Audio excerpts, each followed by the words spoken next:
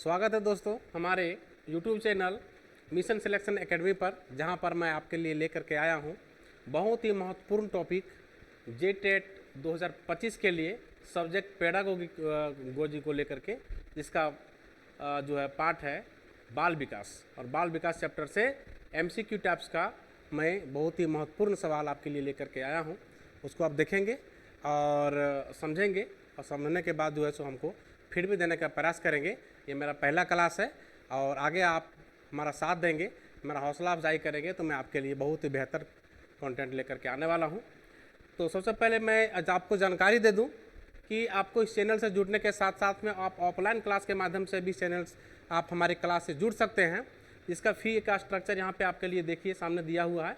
Offline class करना चाहते हैं आप गिरिडीह के आसपास के क्षेत्रों में हैं, 10 किलोमीटर, 15 किलोमीटर, 20 किलोमीटर के क्षेत्रों में हैं, या फिर गिरिडीह आकर के आप पढ़ाई करना चाहते हैं, जेटेट की तैयारी करना चाहते हैं, आपका सपना झारखंड में सरकारी टीचर बनने का है, तो आप निश्चित रूप से हमारी क्लास को ज्वाइन करिए। इसका फ़ी देख लिए, ऑफलाइन का जो है 4,999 रुपया है। ऑनलाइन क्लास में आप यदि ज्वाइन करना चाहते हैं, आप दूर से हैं, तो आपको 2500 रुपये पे करना होगा, जहाँ पर आपके लिए सभी सब्जेक्ट की पढ़ाई आपको एक अच्छे शिक्षक के द्वारा देखने को मिलेगा और आपका उसका लाभ मिल पाएगा। ओके, चलिए मैं आपको क्लास को आगे बढ़ा रहा हूँ, तो अब देखिए हमारे साथ बने रहिए लास्ट तक। सबसे पहले इसको हम देखेंगे। यहाँ पर आपके लिए मैं ये पहला प्रश्न लेकर के आया हूँ, देखिएगा बहुत ही अच्छा सा सवाल है। सभी चीज़ों को अच्छा से समझने का प्रयास करिएगा, मैं बेहतर से बेहतर तरीके से आपको बताने का प्रयास कर रहा हूँ। भाषा विकास के संदर्भ में संवेदनशील अवस्था कौन सी है? ठीक है, मतलब कोई भी बच्चा है जिसमें भाषा का अगर विकास हो रहा है, तो हम यहाँ पे देख पा रहे हैं कि 4 ऑप्शन मेरे लिए दिया हुआ है। कौन सा सटीक उत्तर इस प्रश्न के लिए होगा? भाषा विकास के लिए के संदर्भ में संवेदनशील अवस्था कौन सी है? पहला ऑप्शन है जन्म पूर्व का समय, प्रारंभिक अवस्था, मध्य बचपन और युवावस्था। अब थोड़ा अभी अपने से और से दिमाग लगाने का प्रयास करेंगे कि कोई बच्चा अगर जन्म लेगा इसके बाद ही तो उसमें भाषा का विकास हो पाएगा। तो यहाँ क्या दिया हुआ है? जन्म पूर्व का समय। तो ये निश्चित रूप से जो है पहला जो है, मैं यहाँ पे पेन ले रहा हूँ, ये देखिएगा जन्म पूर्व का समय, ये तो हो ही नहीं सकता है। जन्म से पूर्व कैसे भाषा का विकास हो सकता है? तो निश्चित रूप से आपका ये गलत हो गया। आगे देखिए प्रारंभिक अवस्था। हाँ, जो ही बच्चा प्रारंभिक अवस्था में होता है वहीं से वो भाषा का विकास उसके अंदर होना शुरू हो जाता है। चूंकि वह तरह तरह की आवाज़ अपने आसपास में सुनने लगता है, तो आपका सही उत्तर हो गया प्रारंभिक अवस्था। ठीक है, आगे बढ़ें। अगला प्रश्न देखिए आपके लिए है,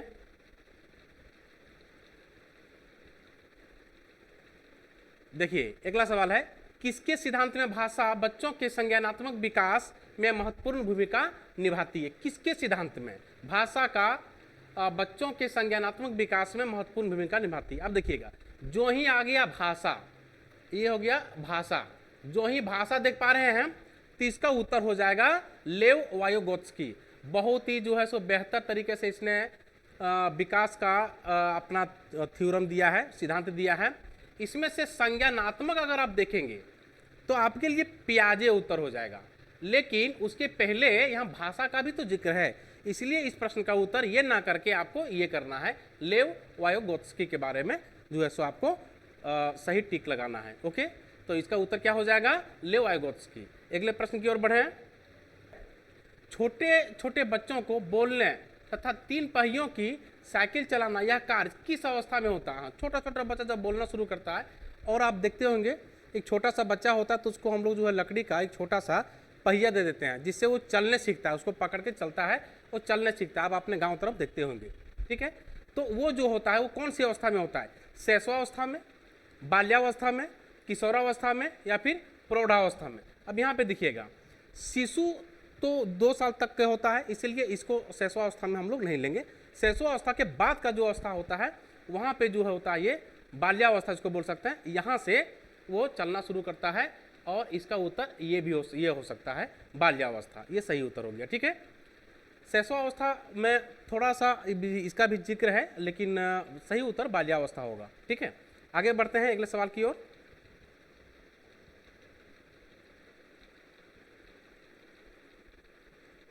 निम्न में से किस घटना की ओर बालक सर्वप्रथम आकर्षित होना प्रारंभ करता है, इसको समझिएगा। निम्न में से किस घटना की ओर बालक सर्वप्रथम आकर्षित होना प्रारंभ होता है? समझिएगा, छोटा बच्चा है तो माँ की ओर आकर्षित होगा नहीं, माँ जो है उसकी जरूरत है तो माँ की ओर आकर्षित नहीं होगा, वो बच्चा प्रकाश की ओर आकर्षित होगा। अब घर में छोटा बच्चा सोया हुआ है तो आप देखते होंगे कि जहाँ लाइट जलता है तो उसकी ओर उसका ध्यान जाता है, उसी ओर देखना चाहता है, ठीक है। तो ये प्रकाश हो जाएगा आपका ये सही उत्तर, ठीक है। ये इस 4 नंबर प्रश्न का उत्तर क्या हो जाएगा? प्रकाश। सही दोस्तों, आगे बढ़ें, अगले प्रश्न की ओर मैं बढ़ रहा हूं। सभी प्रश्न आपके लिए बहुत ही महत्वपूर्ण है। देखिए अगला सवाल है, किस प्रक्रिया में बच्चे समाज में रहने के तौर तरीके सीखते हैं? समाज में रहने के तौर तरीके कहां से सीखते हैं? समायोजन से नहीं, अधिसंज्ञान से नहीं, सामाजिकरण से, पृथक्करण से। हाँ, समाज के तौर तरीके कहाँ से सीखता है? समाजीकरण से। हम लोग समाज में रहते हैं, समाज में हम लोग बहुत कुछ सीखते हैं, समाज को हम लोग बहुत सारा चीज़ देते भी हैं, समाज से बहुत सारा चीज़ हम लोग लेते भी हैं। तो इस प्रश्न का सही उत्तर क्या हो जाएगा? समाजीकरण। समाज की प्रक्रिया जो है कहाँ से सीखता है? समाजीकरण के माध्यम से सीखता है। सही है, तो इसके प्रश्न का क्या उत्तर हो जाएगा? समाजीकरण। सभी प्रश्न जो है यहाँ पे थोड़ा ये आकार मिस्टेक हो गया है, इसको आप माइंड ना करेंगे। आगे बढ़ रहा हूँ।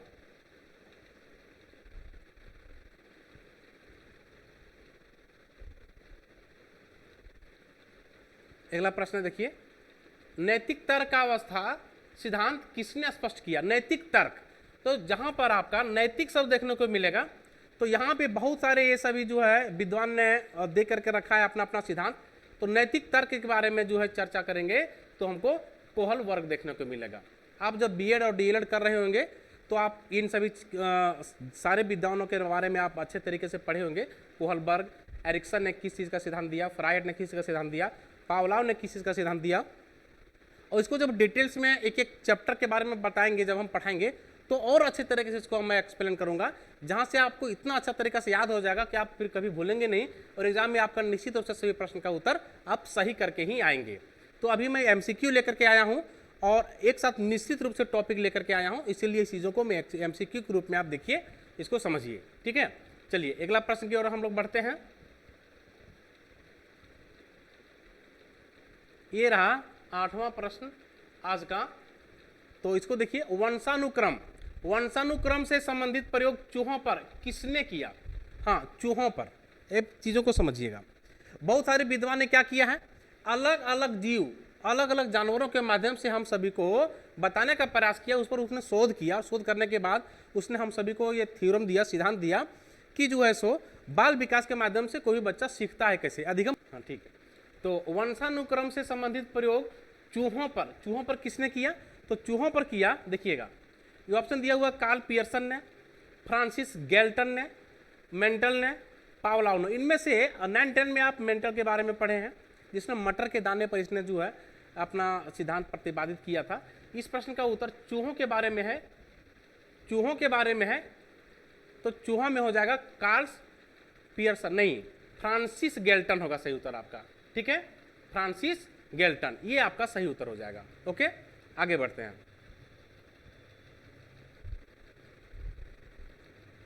अगला प्रश्न है, लिखा हुआ है, यह किसने दावा किया कि सभी प्राणियों में होने वाले कुछ सार्वभौमिक गुण जन्मजात होते हैं? हाँ, सभी प्राणियों में, एक प्राणी के बारे में बात नहीं है यहाँ पे सभी प्राणियों के बारे में है कि सभी प्राणियों में कुछ, सभी नहीं, कुछ सार्वभौमिक गुण जो है वो जन्मजात होते हैं। जन्मजात का क्या मतलब होता है? जन्म से, बचपन से जब जन्म लेता है तो ही उसके अंदर कुछ गुण जो है सो माता पिता का कुछ गुण आ जाता है, ये जो है सो वंशानुगत चलते रहता है। तो ये जो है, ये किसने दावा किया? तो ऑप्शन सुनिए, B M Skinner, Albert Bandura, Charles Darwin और ईसी टॉलमैन। तो सही उत्तर होगा, आप सभी जानते हैं इस प्रश्न का उत्तर, इसका उत्तर हो जाएगा आपका चार्ल्स डार्विन। डार्विन ने जो है सिद्धांत दिया वंशानुक्रम का, इसमें से हमको देखने को मिला कि जो है सो वंशानुक्रम यानी कि पूर्वजों का जो है गुण उसके बेटा में, फिर उसके और आने वाले पीढ़ी में आ जाता है, ठीक है। अगला प्रश्न की ओर हम लोग बढ़ रहे हैं। चलिए अगला सवाल है यहाँ पे, राष्ट्रीय शिक्षा नीति 2020 किस पर बल देती है? थोड़ा दिन पहले जो है सेंट्रल गवर्नमेंट के द्वारा लाया गया शिक्षा नीति था, जो है राष्ट्रीय शिक्षा नीति 2020, ठीक है, 2020 देखिएगा इसको। तो 2020 के बारे में क्या है, ये 4 में से ऑप्शन दिया हुआ, उसमें से एक सही होने वाला है। परीक्षा के लिए पढ़ना, नहीं। लगता है ना कि हम लोग परीक्षा पास करने के लिए पढ़ते, नहीं। परीक्षा पास करने के लिए पढ़ना ये नीति का जो है सो विचार नहीं था। तो ये परीक्षा के लिए पढ़ना ये गलत हो गया। स्मरण आधारित शिक्षा ये भी गलत है, केवल याद करके क्या करेंगे। वेधन और अभ्यास ये भी देखिए, ये भी गलत हो गया। वेधन और अभ्यास करना है केवल नहीं है, उसके अलावा और कुछ भी करना है। तो ये उत्तर हो जाएगा आपका संप्रति समझ। संप्रति समझ यानी कि जीवन जीने की कला को भी सिखाता है क्या, राष्ट्रीय शिक्षा नीति 2020। ठीक है, चलिए अगले प्रश्न की ओर हम लोग बढ़ रहे हैं। यहाँ पे थोड़ा जो है सवाल की ओर हम लोग बढ़ रहे हैं। बच्चों के विकास का क्रम, ठीक है, कोई भी बच्चा जो है विकास करता है, वो कैसे विकास करता है, 4 ऑप्शन देख पा रहे हैं। यहाँ पे जो ऑप्शन है, तो जे टेट में आपको मैं बता दूं, अगर आप जे टेट का एग्जाम या फिर सी टेट का एग्जाम पहले दिए होंगे, बहुत सारे आप साथी होंगे जो जे टेट का एग्जाम पहले दिए होंगे, क्योंकि 2016 में हुआ था, इसके बाद नहीं हो पाया। देखिए 2025 आ गया, 9 साल हो गया, लेकिन अभी तक जो है जे टेट नहीं हो पाया है। लेकिन इसकी पूरी उम्मीद है और पूरी संभावना है कि इस बार जो जे टेट का एग्ज़ाम जो है पिछला बार जो सरकार के द्वारा लाया गया था, लेकिन उसको रद्द कर दिया गया, वापस फिर इसका नोटिफिकेशन 2 महीने के अंदर आने की पूरी संभावना है। देखते हैं उसमें से। तो सी टेट की भी अगर आप तैयारी कर पा रहे होंगे तो ये सभी जो है पेडागोगी का क्वेश्चन आपके लिए बहुत ही महत्वपूर्ण साबित होने वाला है। तो ये केवल जे टेट ही नहीं, ये चैप्टर जो है सी टेट के लिए भी बहुत ही इंपॉर्टेंट है। ठीक है, आगे देखिए। बच्चों के विकास का क्रम, बच्चों के विकास का क्रम या मूर्त से मूर्त की ओर, नहीं, ये आपका जो है सो गलत उत्तर हो गया, ये आपका सही उत्तर नहीं है। सामान्य से विशिष्ट की ओर, पैर से सिर की ओर और हाथ पैर से केंद्र की ओर। अब इस चीज़ों को समझिए। बच्चा का जो विकास होता है वो कैसे होता है, 2 रूपों में होता है। कोई बच्चा है उसका जो है विकास 2 रूप में होता है। एक होता है सिर से पैर की ओर, सिर से पैर की ओर। यहाँ अगर लिखते हैं हम, सिर हो गया और इधर हो गया पैर, तो सिर से पैर की ओर विकास होता है। दूसरा केंद्र से जो है बाह्य की ओर, केंद्र से बाहर की ओर, केंद्र से सेंटर से जो है एक्सटीरियर की ओर यानी कि बाहर की ओर। ये 2 तरीका से जो है कोई भी बच्चा का विकास होता है। और इस रूप में अगर हम देखें तो यहाँ आपको क्या देखने को मिलेगा, सामान्य से विशिष्ट। कोई भी बच्चा सामान्य रहता है, पहले वो सामान्य रहता है, उसके अंदर कोई खास गुण नहीं रहता है, और इसके बाद वो क्या बच्चा बन जाता है, कैसा बन जाता है, विशिष्ट बन जाता है। तो सामान्य से विशिष्ट की ओर। ठीक है, सही उत्तर आपका हो जाएगा सामान्य से विशिष्ट की ओर। बच्चों के विकास का क्रम क्या होगा, सामान्य से विशिष्ट। इसको याद रखिएगा, बहुत ही इंपॉर्टेंट सवाल है। ठीक है, अगले सवाल की ओर बढ़ रहे हैं। ये रहा आपके लिए 12 नंबर का सवाल। इनमें से कौन सा विकल्प एक प्रगतिशील कक्षा में संरचनात्मक शिक्षण का उदाहरण है। हाँ, संरचनात्मक शिक्षण का उदाहरण देखिएगा। संरचनात्मक शिक्षण का उदाहरण विविध स्पष्टीकरण, रट करके याद करना, पुरस्कार और दंड, बार बार वेधन और अभ्यास। चीज़ों को समझिए।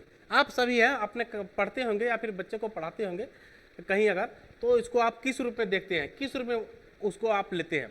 तो विविध स्पष्टीकरण बिल्कुल सही। आप स्पष्ट रूप से बच्चा को जो है सो चीज़ों को बताने का प्रयास करते हैं, अच्छा एक्सप्लेनेशन करना चाहते हैं, जिससे कि उसके दिमाग में पूरा अच्छा तरीके से बैठ जाए। रटाना नहीं चाहते हैं। ये अलग बात है कि एग्जाम के समय बच्चे कुछ रट लेते हैं, लेकिन नहीं, ये सही उत्तर नहीं, सही तरीका नहीं हुआ। तो रट करके याद करना ये बिल्कुल गलत है। पुरस्कार और दंड, हाँ, ये पढ़ाई का तरीका है, जरूरत पर उसको पुरस्कृत भी किया जाता है और उसको दंड भी दिया जाता है, लेकिन इसे और बेहतर विकल्प यदि हमारे पास है तो उस पर हम जाएंगे। तो ये हो जाएगा, एक और देख लीजिए, बार बार वेधन और अभ्यास। बार बार वेधन और अभ्यास, तो ये तो फिर एक तरह से रटने जैसा हो गया, इसलिए नहीं। सही उत्तर आपका क्या होगा, विविध स्पष्टीकरण। स्पष्टीकरण के माध्यम से बच्चे को हम सिखा सकते हैं। ठीक है, अगले प्रश्न की ओर हम लोग बढ़े। यहां पे देखिए, विकास में वृद्धि से क्या तात्पर्य है। ठीक है, विकास में वृद्धि से क्या तात्पर्य है, तो ऑप्शन सुनिए। ज्ञान में वृद्धि, संवेग में वृद्धि, वजन में वृद्धि, आकार, सोच, समझ और कौशल में वृद्धि। बिल्कुल सही आपका जो है प्रश्न, आप थोड़ा सा दिमाग लगाएंगे तो प्रश्न का सही उत्तर आप अपने से कर पाएंगे।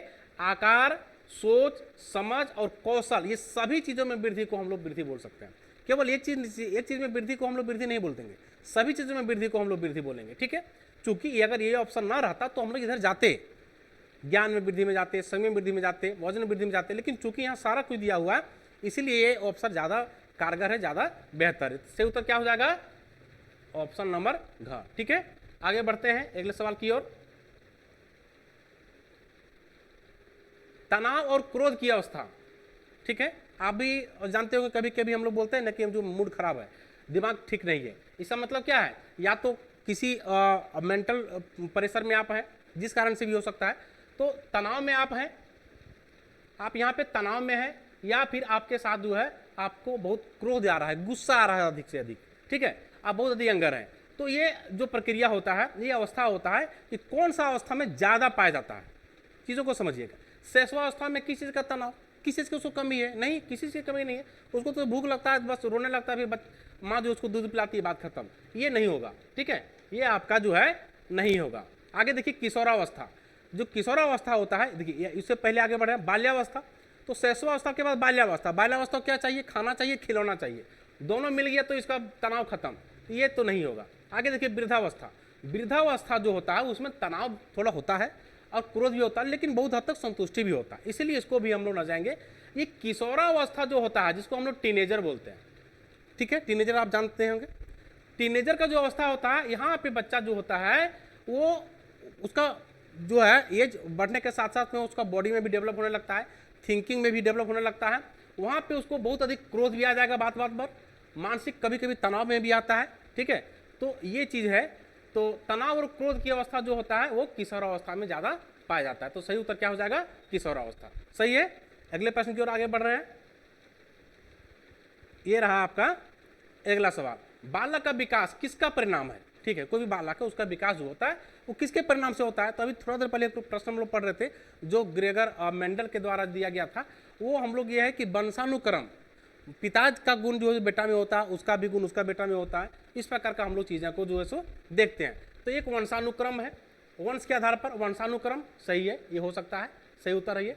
आगे वातावरण, हाँ, हम लोग वातावरण के माध्यम से भी हमारा विकास होता है, किस वातावरण में रहते हैं, किस प्रकार के माहौल में हम रहते हैं, उसके माध्यम से भी हमारा जो है विकास उस पर निर्भर करता है।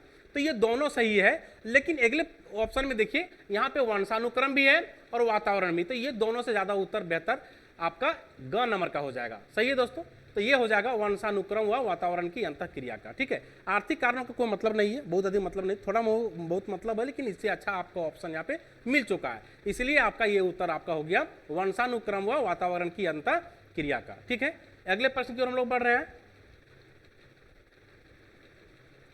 पियाजे के संज्ञानात्मक विकास के अनुसार संवेदी क्रियात्मक अवस्था होती है। हाँ, पियाजे ये जो है सो एक प्रकार से जो है इसने सिद्धांत दिया, इसको देखने का हम लोग प्रयास करेंगे। पियाजे के संज्ञानात्मक विकास किसने दिया, पियाजे ने दिया, के अनुसार संवेदी क्रियात्मक अवस्था होती है कब से कब तक, तो जन्म से 2 वर्ष तक। हाँ, ये ज़्यादा संवेदनशील होता है, यानी कि संवेदी होता है, तो आपका सही उत्तर यहीं पे मिल गया आपको, जन्म से 2 वर्ष की अवस्था। यहाँ से 2 से 7 है, 7 से 11 है, 11 से 16 है, 4 प्रकार। इसने जो है पियाजे ने संज्ञानात्मक विकास का 4 अवस्था के बारे में जिक्र किया है। आप जानते हैं पहला क्या था, 0 से 2 वर्ष, दूसरा कितना था 2 से जो है 7 वर्ष, तीसरा क्या था 7 से 11 वर्ष, और चौथा था 11 से 14 वर्ष। यहाँ अगला ऑप्शन में है 16 दिया हुआ है, कोई बात नहीं, लेकिन इसमें से यहाँ पे दिया हुआ संवेदी क्रियात्मक, देखिएगा इसको, संवेदी क्रियात्मक जो है ना, ये क्या हो जाएगा, ये हो जाएगा आपका 0 से 2 वर्ष, जन्म से 2 वर्ष आने की 0 से 2 वर्ष, ये सही उत्तर होगा आपका। सही है, अगले प्रश्न की ओर बढ़ रहे हैं। निम्न में से कौन सा कथन सत्य है। हाँ, 4 ऑप्शन है, 4 में से 3 तो गलत, 3 तो क्या होगा आपका गलत ही होगा, तभी जाकर के बोला गया कि कौन सा कथन सत्य है, यानी कि एक सही है। देखिएगा, लड़के अधिक बुद्धिमान होते हैं, लड़के ज़्यादा बुद्धिमान होते हैं, ऐसा कहना ऑप्शन में नहीं, आप भी कहेंगे कि नहीं ये गलत है, लड़के बुद्धिमान नहीं होते हैं। हमारे देश के सर्वोच्च पद पर अभी कौन विराजमान है, लड़कियां विराजमान है, यानी कि जो है द्रौपदी मुर्मू, वो एक महिला है और वो हमारे देश के 1 नंबर के नागरिक है, प्रथम नागरिक जिसको कहते हैं, राष्ट्रपति पद पर सुशोभित है। तो लड़के अधिक बुद्धिमान होते हैं ये जरूरी नहीं है, लड़कियां अधिक बुद्धिमान होती है ये भी गलत है, इसको भी हम लोग नहीं मानते हैं। ठीक है, बुद्धि का लिंग से संबंध नहीं है। हाँ, बुद्धि का लिंग से कोई संबंध नहीं है, यानी कि कोई जरूरी नहीं है कि महिला होगी या फिर पुरुष होगा या फिर लड़के लड़कियां तो अधिक बुद्धिमान होगी, ऐसा कोई जिक्र नहीं है, लिंग से इसको कोई लेना देना नहीं है। ठीक है, तो आपका जो है सो यही होगा आपका सही उत्तर। कौन सा कथन सत्य है, तो बुद्धि का लिंग से संबंध नहीं। आगे देखिए, लड़के लड़कियों से अधिक बुद्धिमान होते हैं। इसके बारे में तो कोई मतलब ही नहीं रहा, चूंकि हम पहले डिस्कस कर चुके हैं, इसलिए आपका ये भी ऑप्शन गलत हो गया। ठीक है, तो सही उत्तर क्या होगा दोस्तों? सही उत्तर होगा बुद्धि का लिंग से संबंध नहीं है। ठीक है, आगे बढ़े। ये रहा आपका अगला सवाल, इसको देखिए। शैशवावस्था की विशेषता नहीं है। ये चारों में से, चार ऑप्शन दिया हुआ है, चारों में से कौन सा विशेषता जो है कोई भी शैशवावस्था यानी कि शिशु का नहीं होता है? ठीक है, हाँ, शैशवावस्था मतलब शिशु का नहीं होता है। देखिएगा, शारीरिक विकास की तीव्रता, हाँ, कोई भी शिशु में शारीरिक का विकास जो है बहुत तेजी से होता है। छोटा बच्चा बहुत तेजी से ग्रोथ करता है, वृद्धि करता है, ये सही है।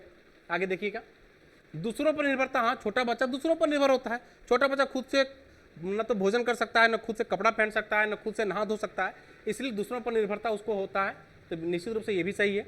आगे देखिए, नैतिकता का होना और मानसिक विकास में तीव्रता, हाँ, उसका मानसिक विकास भी बहुत तेजी से होता है, मतलब उसके मन में जो है तेजी से कोई चीज़ सीखने का प्रक्रिया जो है बहुत तेजी से होता है, तो मानसिक विकास में तीव्रता होता है। लेकिन उसको नैतिक का ज्ञान नहीं होता है। ये छोटा बच्चा है, उसके साथ आप बड़ा होकर आप जाइए तो वो उठ के बैठेगा क्या? नहीं। आपको गुड मॉर्निंग बोलेगा क्या? नहीं, नहीं बोलेगा। क्यों नहीं बोलेगा? तो उसके पास नैतिकता है ही नहीं। तो क्यों नहीं है? क्योंकि वो शिशु है। तो शैशवावस्था की विशेषता नहीं है। कौन सा विशेषता नहीं है? नैतिकता का विशेषता नहीं। ये आपका हो जाएगा सही उत्तर। ठीक है, जान जाएंगे। चलिए आगे बढ़ते हैं अगले प्रश्न की ओर हम लोग। ये रहा आपका अगला सवाल, इसको देखिए। बच्चों के सामाजिकरण में विद्यालय, कोई बच्चा है उसमें सामाजिकरण जो उसमें होता है और समाज की चीज़ों को सीखता है, समाज में वो अपना मेल मिलाप करता है, तो वो उसमें विद्यालय विद्यालय क्या है? तो देखिए विद्यालय क्या है, तो देखिएगा, प्राथमिक कारक है, द्वितीय कारक है, कि कोई भूमिका नहीं है, और घम है कि विद्यालय की बहुत कम भूमिका है। देखिएगा, विद्यालय की कोई भूमिका नहीं है, ये तो गलत है। विद्यालय की भूमिका होती है। ठीक है, विद्यालय की कम भूमिका है, ये मैटर नहीं करता, वो विद्यालय पर डिपेंड करता है कि विद्यालय उसको किस तरह से सिखाता है। लेकिन मैं यहाँ बता रहा हूँ कि कोई बच्चा जो है उसका जो है सामाजिकरण होने का दो प्रक्रिया है। पहला प्रक्रिया है कि वो घर से सीखता है, यानी कि परिवार से सीखता है। कहाँ से सीखता है? परिवार से सीखता है। परिवार का क्या मतलब? परिवार का मतलब हो गया उसका जो है मम्मी हो गया, पापा है, भाई है, बहन है, दादा है, दादी है, चाचा चाची है, तो वहाँ से वो समाज की चीज़ों को सीखता है। परिवार भी होता है, वो समाज का एक छोटा सा रूप भी होता है। ठीक है, तो सामाजिकरण में के लिए प्रथम कारक जो है, प्राथमिक स्तर जो होता है वो होता है परिवार। द्वितीयक स्तर जो होता है, द्वितीयक स्तर, ये हो गया प्राथमिक स्तर। ठीक है, जिसको हम लोग प्राथमिक बोलते हैं, प्राथमिक स्तर। ठीक है, ये हो गया द्वितीयक स्तर, द्वितीयक स्तर। और द्वितीयक स्तर में क्या देखेंगे? इसमें स्कूल आ गया, बुक आ गया जहां से वो चीज़ों को सीखता है, बुक्स आ गया, मीडिया हो गया, मीडिया के माध्यम से बहुत सारा चीज़ सीख पाता है वो। इसके बाद जो है धार्मिक स्थल भी हो गया, जैसे में मंदिर हो गया, मस्जिद हो गया, सिख गुरुद्वारा हो गया, चर्च हो गया, या और भी जगह जो है जहाँ से वो सामाजिक चीज़ों को सीख सकता है। क्योंकि वहाँ पे एक जन नहीं जाते हैं, काफ़ी लोग जाते हैं वहाँ पे, काफ़ी लोग जाते हैं, तो उससे वो भी सीखने को उसको मिलता है। तो प्राथमिक स्तर क्या हो गया दोस्तों? परिवार। द्वितीय स्तर में ये सभी हो गया। ठीक है, ये सभी उसके अंदर आ जाता है। ठीक है, तो आप यहाँ प्रश्न में देखते हैं क्या लिखा हुआ है? बच्चों के सामाजिकरण में विद्यालय क्या है? तो विद्यालय किस में है? स्कूल किस में है? द्वितीय स्तर में है, तो क्या होगा? द्वितीय कारक। तो ये आपका सही उत्तर हो जाएगा। हमको लगता है कि इस प्रश्न का उत्तर आप अच्छे तरीके से समझ गए होंगे और कभी भूलेंगे नहीं। एग्जाम में आने के बाद इस प्रश्न को आप आसानी से जो चुटकी में ही बना सकते हैं। ठीक है, अगले प्रश्न की ओर हम लोग बढ़ रहे हैं। देखिएगा फिर से थोड़ा यहाँ, चलिए अगला प्रश्न आपके सामने यहाँ पे देख पा रहे हैं, निम्न में से कौन से सामाजिकरण के प्राथमिक कारक हैं? अभी तो थोड़ा देर पहले बताएं, इस प्रश्न को आप आसानी से बना सकते हैं। सामाजिकरण के प्राथमिक कारक, प्राथमिक कारक क्या होगा इनमें से? अभी बताएं कि परिवार होते हैं, परिवार में ही तो माता पिता आते हैं, इसलिए इस प्रश्न का क्या उत्तर हो जाएगा? माता पिता। ठीक है, बाकी मीडिया जो देख पा रहे हैं, किताबें देख पा रहे हैं, विद्यालय देख पा रहे हैं, ये सभी द्वितीय कारक के अंतर्गत आता है। नेक्स्ट सवाल,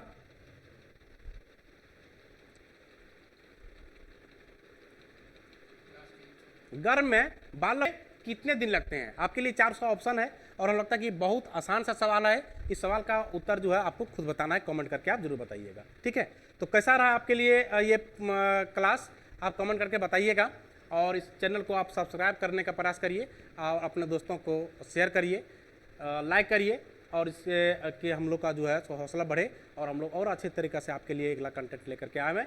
तो आपसे विदा ले रहा हूँ, अगले क्लास में फिर मिलेंगे आपसे बहुत जल्दी। तब तक के लिए जय हिंद, वंदे मातरम।